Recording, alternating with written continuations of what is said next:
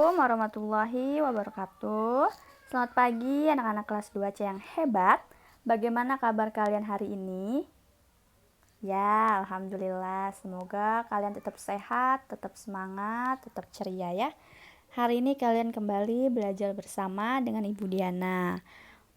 Untuk memulai pembelajaran hari ini, alangkah baiknya kita berdoa dulu. Berdoa menurut agama dan kepercayaannya masing-masing. Berdoa dimulai. Berdoa selesai. Oke anak-anak, hari ini kita belajar tema 2, bermain di lingkunganku, subtema 3, bermain di lingkungan sekolah, pembelajaran kelima. Tujuan pembelajaran kita hari ini yang pertama, kalian dapat mengidentifikasi tata tertib yang berlaku dalam kehidupan sehari-hari di sekolah. Yang kedua, kalian dapat mengelompokkan berbagai hal yang tidak boleh dan boleh dilakukan dalam kehidupan sehari-hari di sekolah. Tujuan pembelajaran terakhir, dengan mengamati benda-benda di sekitar, kalian dapat menuliskan hasil pengamatan sederhana tentang keragaman benda di lingkungan sekitar. Oke, yang pertama silakan kalian amati gambar berikut ini. Ada gambar apa ya di situ? Iya, benar sekali. Ada gambar beberapa anak yang sedang melakukan kegiatan upacara. Benar sekali, ada anak-anak yang sedang hormat terhadap bendera. Ya, benar ya. Lalu kita simak percakapan berikut ini. Dayu, mengapa kamu terlambat upacara? Wah, ternyata Dayu terlambat upacara, anak-anak. Kenapa ya? Karena katanya saya jajan dulu, kata Dayu. Wah, jajan kan ada waktunya, Dayu. Kemudian, mengapa kamu membuang sampah sembarangan? Ada tempat sampah di sana. Nah, anak-anak bisa lihat ya. Di situ Dayu membuang sampah di depannya. Kata Dayu, terlalu jauh, jadi biarkan sajalah. Lalu, itu kan bagian dari tata tertib di sekolah kita, Dayu. Menurut tata tertib di sekolah, kita semua murid wajib membuang sampah di tempat sampah.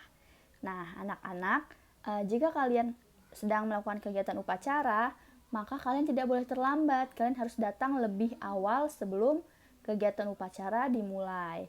Lalu tidak hanya upacara saja, tata tertib di sekolah, yaitu kalian tidak boleh membuang sampah sembarangan. Itu tidak hanya berada di sekolah ya. Jika kalian berada di luar, di rumah, ataupun dimanapun kalian berada, kalian harus tetap membuang sampah pada tempatnya. Oke, yang pertama ada gambar apa ya di sebelah kanan? Benar, ada gambar yang sedang melakukan upacara ya. Kita simak paragrafnya. Dalam tata tertib upacara bendera, semua murid wajib mengikuti upacara bendera pada hari Senin. Setiap peserta upacara harus tertib dan tidak boleh berisik. Yang sekarang gambar kedua yang sebelah kiri bawah, ada gambar apa? Ya, betul sekali. Ada gambar beberapa anak yang sedang baris dengan rapi dan salim terhadap gurunya. Kita simak paragrafnya. Sementara itu, dalam tata tertib di kelas, kita harus datang ke sekolah sebelum pembelajaran dimulai. Sebelum masuk ke kelas, kita harus berbaris dengan rapi di depan kelas. Setelah tanda bel masuk dibunyikan, semua siswa harus sudah berada di kelas. Ya, jadi yang pertama, ketika kita mengikuti upacara bendera, kita harus upacara dengan tertib. Kita harus upacara tidak boleh berisik, tidak boleh ngobrol atau diskusi di dalam kegiatan upacara. Lalu untuk gambar kedua, kita harus datang ke sekolah sebelum pembelajaran dimulai. Jadi kita tidak boleh terlambat datang ke sekolah. Kita harus rapi, berbaris di depan kelas untuk menyapa salam kepada bapak atau ibu guru. Gambar ketiga, ada gambar apa ya? Ya, betul ya, ada gambar anak yang sedang berdoa. Kita baca paragrafnya. Kita diharuskan berdoa sebelum pelajaran dimulai dan setelah pelajaran berakhir, yang dipimpin oleh ketua kelas. Kebersihan, kerapian, dan keindahan kelas menjadi tanggung jawab ketua kelas dan seluruh siswa. Siswa yang bertugas piket pada hari itu wajib menyirami tanaman yang berada di depan kelasnya. Setiap siswa harus berperilaku senyum, salam, sapa, sopan, dan santun. Ya, jadi sebelum kita belajar dan setelah kita belajar kita harus berdoa. Itu sebagai rasa syukur kita terhadap Tuhan yang Maha Esa. Dan untuk menjaga kebersihan, kerapian, dan keindahan kelas, kita harus bertanggung jawab dalam bertugas piket yang dilakukan sehari-hari. Jadi itu bukan hanya tanggung jawab ketua kelas saja. Seluruh siswa itu bertanggung jawab dalam kebersihan, kerapian, dan keindahan kelas. Oke, sekarang tentukan yang sesuai tata tertib sekolah. Di gambar yang sebelah kiri melaksanakan jadwal piket harian. Yang sebelah kanan menggunakan kaos kaki berwarna biru. Yang mana ya yang sesuai tata tertib sekolah? Ya, benar ya, yang di sebelah kiri. Kenapa yang di sebelah kanan salah? Karena di sekolah itu tidak boleh menggunakan kaos kaki yang berwarna biru. Kita harus menggunakan kaos kaki yang berwarna putih. Pintar. Selanjutnya, kalian tentukan kembali yang sesuai tata tertib sekolah. Gambar di sebelah kiri, Dayu datang terlambat. Gambar yang di sebelah kanan, anak-anak berdoa sebelum belajar. Mana yang sesuai tata tertib sekolah? Ya, benar. Berdoa sebelum belajar. Nah, yang kiri ini salah. Kenapa salah? Karena kita tidak boleh datang terlambat ya. Kita harus datang tepat waktu. Kita harus datang sebelum pembelajaran dimulai. Gitu ya. Oke, gambar apa sajakah ini? Ya, benar. Ada gambar buku, ada gambar bola, ada gambar pensil. Yang pertama, gambar buku. Coba kalian amati gambar buku ini. Apa saja ciri-cirinya? Ya, benar. Gambar bukunya berwarna-warni. Lalu, di dalam buku itu terdapat garis berwarna putih. Benar sekali. Bentuknya? Ya, benar. Bentuknya persegi panjang. Nah, buku ini termasuk benda padat. Gitu ya.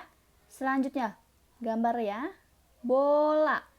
Silakan kalian amati dan kalian sebutkan ciri-cirinya. Ya, ciri-cirinya berwarna hitam, putih, dan kuning. Nah, bola biasanya terbuat dari karet.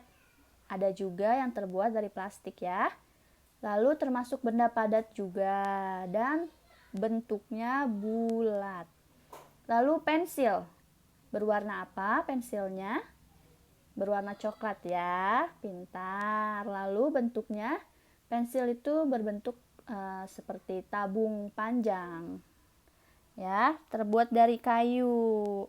Ada juga pensil yang mekanik ya. Jadi itu tidak diraut. Lalu termasuk benda padat dan pensil itu keras. Oke, sekarang bagaimana keragaman benda di rumahmu? Ini tadi kita sudah tunjukkan di Zoom ya. Silakan amati gambar berikut. Ada gambar apa di situ? Ya, pintar sekali, ada gambar ondel-ondel. Nah, kepala ondel-ondel itu apa ya disebutnya? Ada yang tahu? Kepala ondel-ondel itu yang berwarna merah putih, yang seperti bulu-bulu, disebutnya apa ya? Ya, benar sekali, namanya kembang kelape. Ini nih yang disebut kembang kelape nih. Nih kembang kelape ya. Itu yang disebut dengan kembang kelape. Oke, kembang kelape nih seperti ini gambarnya. Sekarang kita simak paragrafnya.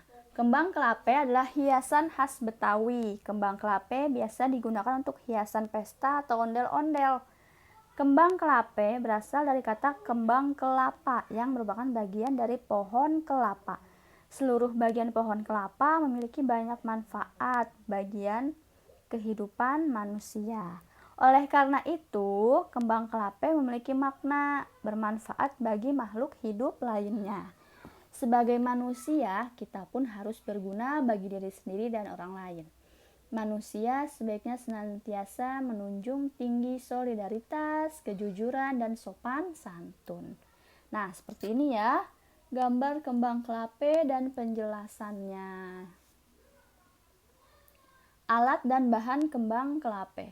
Yang pertama, ada kertas krep, lalu gunting dan penggaris, ada lem, ada lidi, dan batang pisang.